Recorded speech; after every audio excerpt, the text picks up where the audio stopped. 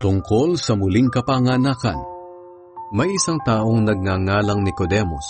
Isa siya sa mga pinuno ng mga Hudyo at kabilang sa grupo ng mga Pariseo. Isang gabi pumunta siya kay Jesus at sinabi, "Guro, alam naming isa kayong tagapagturo na mula sa Diyos, dahil walang makakagawa ng mga himalang ginagawa ninyo, maliban kung sumasa Kanya ang Diyos." Sumagot si Jesus, "Sinasabi ko sa iyo ang totoo. Hindi mapapabilang sa kaharian ng Diyos ang hindi ipinanganak na muli." Nagtanong si Nicodemus, "Paanong maipapanganak muli ang isang taong matanda na? Hindi na siya pwedeng bumalik sa tiyan ng kanyang ina upang ipanganak muli." Sumagot si Jesus, "Sinasabi ko sa iyo ang totoo. Hindi mapapabilang sa kaharian ng Diyos ang hindi ipinanganak sa pamamagitan ng tubig at banal na espiritu. Ang ipinanganak sa pamamagitan ng tao ay may pisikal na buhay.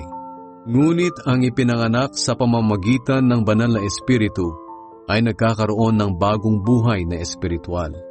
Kaya huwag kang magtaka sa sinabi ko sa iyo na kailangang ipanganak kayong muli. Ang hangin ay umiihip kung saan ito gusto. Naririnig natin ang ihip nito, ngunit hindi natin alam kung saan nanggagaling o saan pupunta. Ganoon din ang sino mang ipanganak sa pamamagitan ng banal na espiritu." Nagtanong si Nicodemus, "Paano pong mangyayari iyon?" Sumagot si Jesus, "Isa kang tanyag na tagapagturo sa Israel, pero hindi mo ito alam? Sinasabi ko sa iyo ang totoo. Ipinapahayag namin ang nalalaman at nasaksihan namin, ngunit hindi ninyo tinatanggap. Kung hindi kayo naniniwala sa mga sinasabi ko tungkol sa mga bagay dito sa mundo, paano pa kaya kayo maniniwala sa mga sasabihin ko tungkol sa mga bagay sa langit? Walang sino mang nakapunta sa langit maliban sa akin na anak ng tao na nagmula sa langit.